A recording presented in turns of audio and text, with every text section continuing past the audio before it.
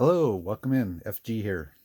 So today we're actually going to be heading out to the Portland Coin Show that's put on by one of the local coin collecting clubs. And we'll be hopping in the car. It's probably about a 45-minute drive. So let's head out.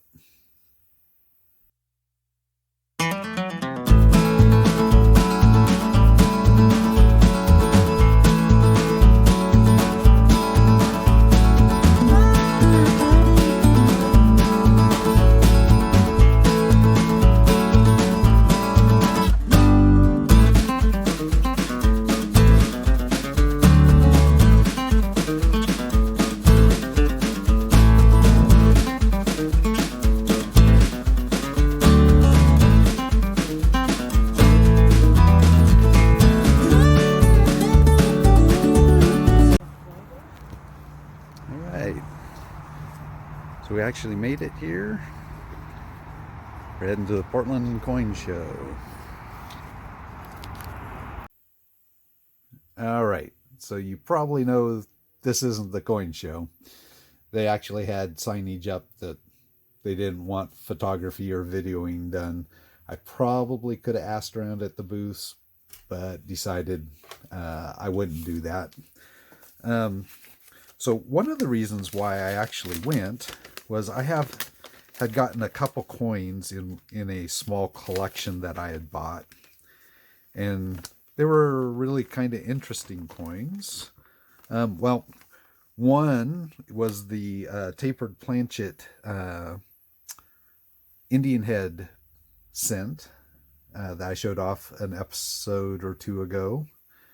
And what I did was we went to the show so that I could stop by the Annex booth and submit them.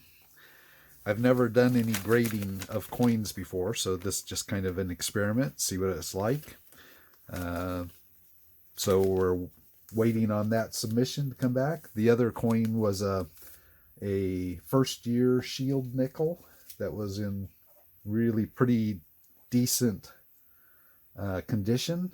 The question was how decent, so I thought, well, I'll just go ahead and submit it and see what it comes back as. So we'll be doing a video on the Annex opening and unboxing when I get that back. So my wife went with me, and as I was walking around, she came back, and I kind of had to laugh. She spent just about as much money as I did. She's not a coin collector. So you might ask, what did she find there at this coin show?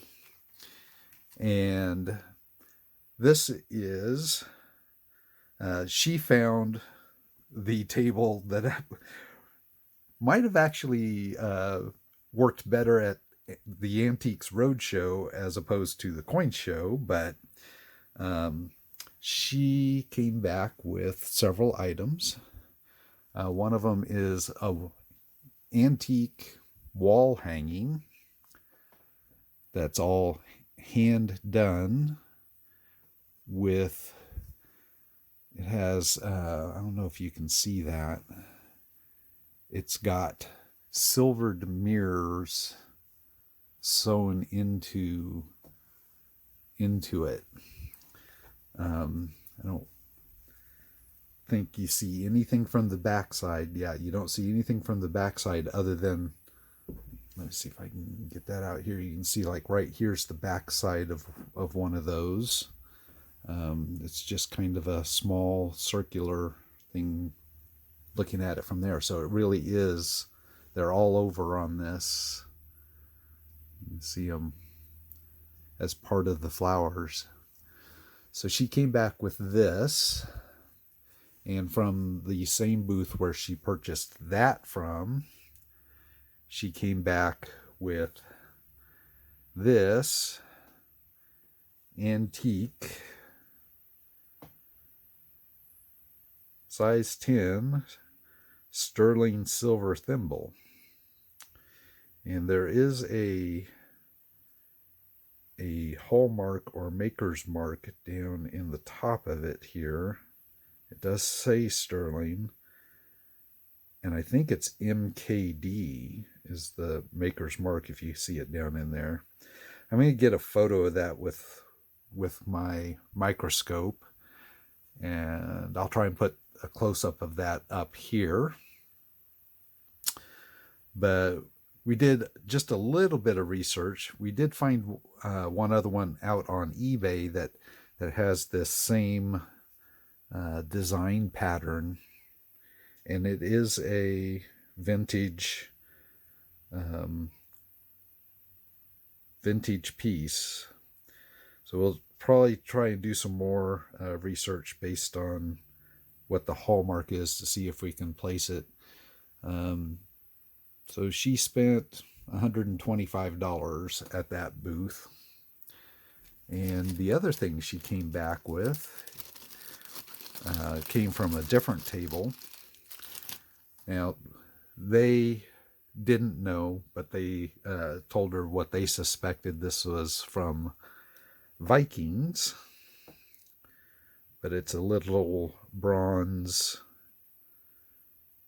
piece that they think that they probably got strung up through the hole here to hang, and it's missing a clapper, but it was like one of probably several little bells, probably hung for alarms or on pets or whatever, but maybe on the goat so that they can find the goats. But it's a little bronze bell. My wife and my mother both collect bells, so you can see in relation to the thimble, it's about that same size. So it's not very, very large bell, but she liked that. So she spent $20 on this. And I'm actually really glad that she didn't think she was going to find anything interesting to her at the coin show. She was just kind of going along to humor me. This is the first actual coin show we've gone to. But she rode over with me. So I'm actually really glad that she was able to find some stuff to come home with that she enjoyed, even though that's probably the largest premium that my family has ever paid for a piece of silver. I know it's more about the antique than the silver itself, but so that's what she came home with. I found a booth, and I'm kind of doing, I don't know if I explained it before, Pirates Coin Challenge, the numismatic challenge, kind of got me started. And I think what I'm going to do, even after the challenge ends, I'm going to continue doing once a week a world silver coin, and just keep adding to a world silver coin collection, with my goal being to try and get a silver coin from every country of the world. Now, I'll put up here on the screen. This is my current Numista map showing where I have coins from around the world. So my goal is to fill that in and get a silver coin from everywhere. So along that line, I was looking for coins, not just for this, but maybe also to have in future weeks for the coin challenge, or for the numismatic challenge for Pirates Channel. And I did run across a table that had some very cool coins that fit within the challenge parameters, that I think. And they actually came from a shop that's here local. I've meant to go into their shop several times, and I just haven't made it in. So I think in the future I'll have to try and make it in there. They're probably a little bit further away from me than Uncle Rick's, but seeing somewhere new is always fun. And they actually had 4 coins that fit the parameters that I picked up for Pirates Numismatic Challenge. So I think that these coins will probably fill out my book through the end of when Pirate is going to be running that challenge, and then I'll just kind of continue on with other coins beyond there. The other thing I came home with was a stack of silver. Looking around the coin show, finding silver 35 to 40 was pretty typical.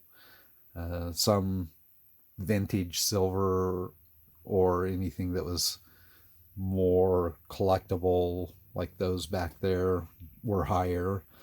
I did find one booth that had just kind of generic silver rounds at like 32.50, so I could have gotten those. But then I came across this booth, and I don't have a card for where these came from because he was just kind of a collector stacker that was there running his own table. So no card because he wasn't a business.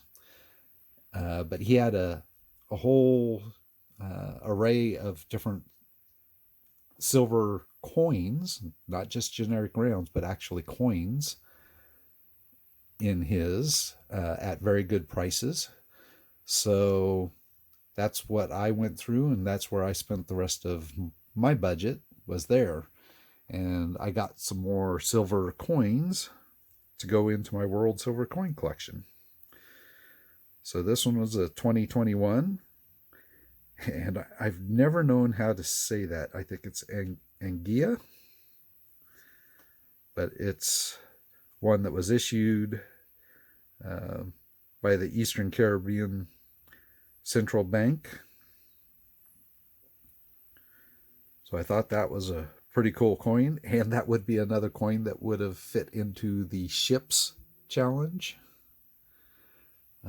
This one also would have fit into that challenge because it's got some boats on the beach here. 2019 St. Vincent and the Grenadines. Another one that's issued by this same central bank, though it's for a different country. Oop. I thought that was really kind of a cool coin also. That's not milk spotting on it. Those are actually clouds in the sky behind the plane there. So those are intended. I forgot to say on this one, his price was $34, which I thought, for a coin, 34, I could have gotten the generic rounds for $32.50. 34, that was kind of cool for 34. This one was also 34. I mean, anytime you're getting backdated coins, and some of these actually had lower mintages. In fact, well, maybe I'll do that in another video. But here we had another one that's 2020 that was commemorating the Mayflower. Issued from the British Virgin Islands. That one was $34. We have the African lions from 2015 that are from Burundi. So that was kind of a cool coin. Another Africa country that I didn't have a coin for yet. $34. And believe it or not, I had not yet gotten a actual Krugerrand. So I picked up a 2022 Krugerrand, $34. We have a low mintage Cook Islands from 2016. Another one that would have fit in the ships challenge. So $34.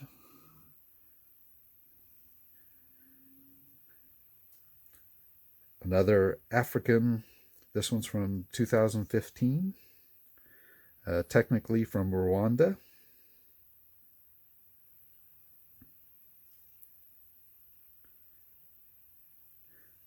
$34.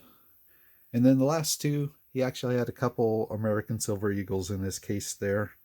They're both 2021s. If I can get it to focus here. Both 2021s. And as you might guess, even the American Silver Eagles, $34 each. So he was doing everything in his case for $34.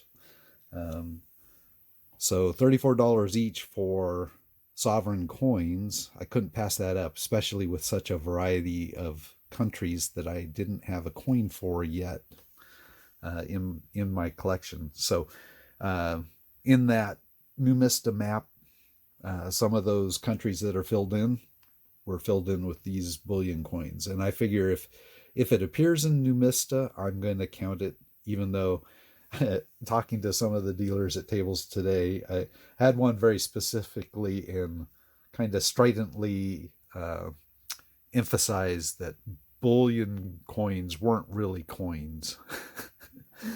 But regardless, I'm going to count them that way. So this is our silver haul from the show.